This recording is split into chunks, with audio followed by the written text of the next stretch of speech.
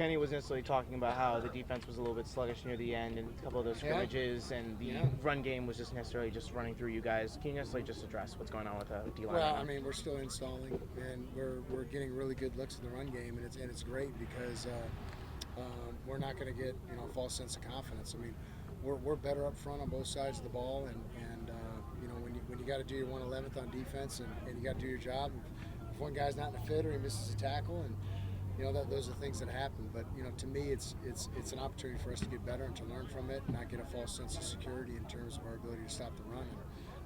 And, they broke off a couple runs, but the positive that we'll take away from practice today is just I think they had 6 or 7 series in the red zone, and they basically got one touchdown out of it. You know what I mean? So. Like one real touchdown. I mean, when it was thud tempo, we had guys there, and who knows if we make the play or not. But in terms of, we played some pretty good red zone defense for a red zone install day. So go ahead. Yeah, I'm sorry. When you watch the film from Tuesday, the third down stuff, it seemed like you got a lot of pressure. What do you think about how guys played there? Yeah, it was great. I mean, again, it's just, it's install day. We made a lot of mistakes. And the big thing, and this is the thing that Coach Dillingham's trying to emphasize, is the energy.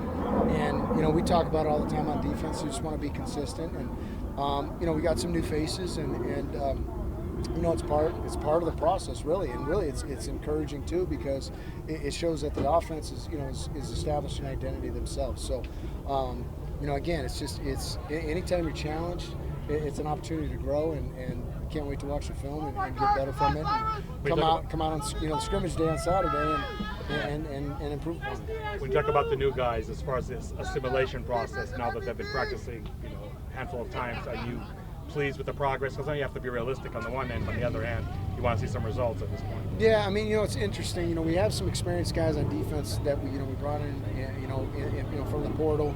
We have younger guys who are going into their second year here, and then we have older guys that are going into their second year here. So the disparity right now, and mixing and matching a lot of groups, like we mixed and matched our first group and our second group today with some guys that were in our third group, and some of those guys, they're still learning a brand new language, and it's funny talking to some of those guys. They really do. They just get it mixed up, and I'm pretty clear. And there's a lot of guys that teach like part to get to the whole.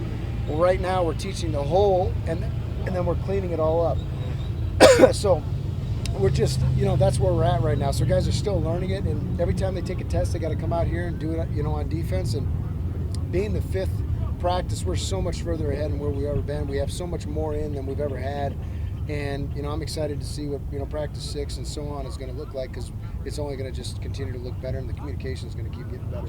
Coach and Kuba is necessarily one of those guys that you were talking about who's just new and trying to adjust the system. What was it like looking at him through the recruiting process? What did you see in him, and how do you think he can be successful despite being so young? Yeah, I mean, he's a young guy who's still learning. We're going to continue to evaluate him in terms of the live periods, but his positives are he's been blessed with great length and size. He's still a young guy, so he's going to continue to mature and develop. He's a great communicator. He's really smart. He's really intelligent. Has a high football IQ, and all the same reasons, and we've seen all those things and why we recruited him. So we're excited to see his development.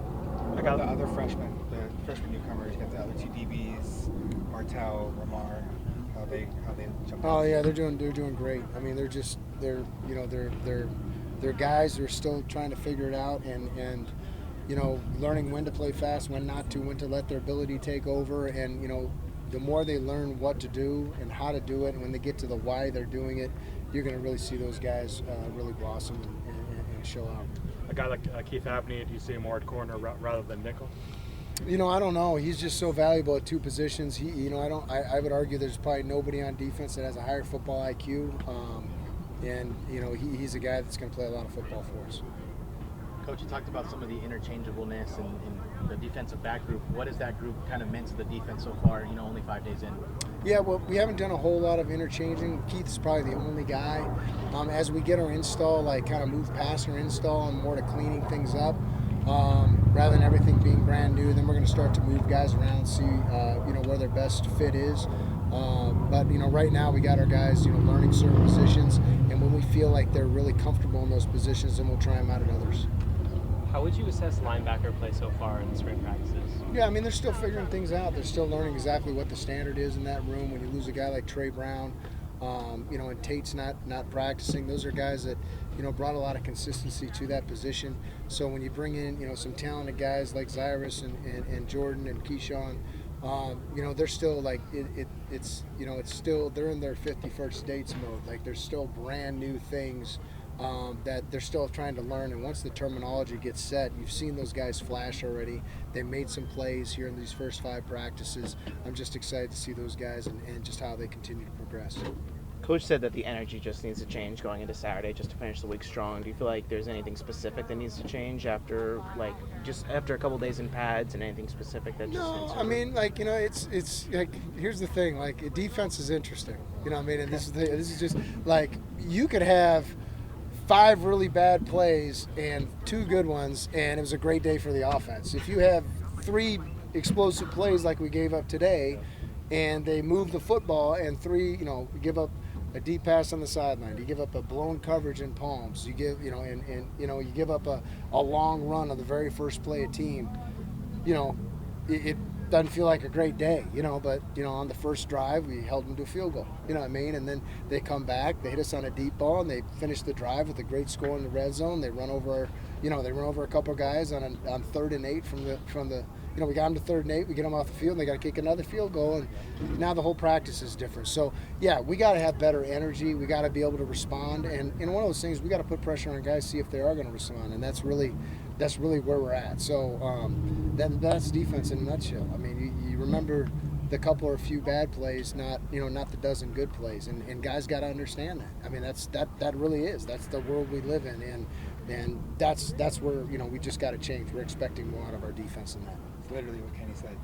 Yeah. He said the same thing. But About give up 1 play on defense, and everybody talks about the 1 play, not the 10 great 100%. plays. Yeah. Well, he can see it. That's why he came over in our huddle and got our guys going, and his energy was great, and it really helped us. Yeah. So I mean, you saw the next 2 series, we keep we get what 1 3 and out, and then another one they miss a field goal. So so it's just it's one of those things. We get and we're mixing and matching groups too. So I mean, it's a lot of competition out there. So it's exciting, and our offense is looking really good.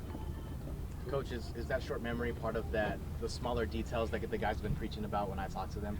Yeah, those are the things. I mean, and a lot of that is just the learning curve too. I mean, here's the thing. Like, the big thing is we got to keep coaching, and we got to keep our message consistent, and we got to continue to emphasize what we think is the standard and what's going to allow us to be successful. We can't change the plan. We can't change what we're doing. We got to literally continue to emphasize, re-emphasize it. And once the guys see it, know what to do, how to do it, and why we're doing it, everything's going to come together, and we're going to be consistently good defense, which is what we want.